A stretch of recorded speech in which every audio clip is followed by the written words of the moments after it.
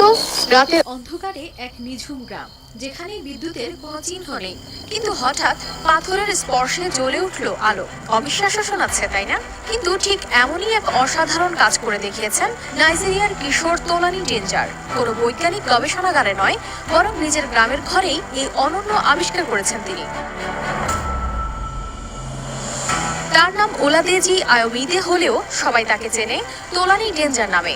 ইকিতি রাজ্যের ইরিজিয়ান গ্রামের এই কিশোর সারা বিশ্বের নজর কেড়েছেন তার অভিনব এই আবিষ্কারের জন্য।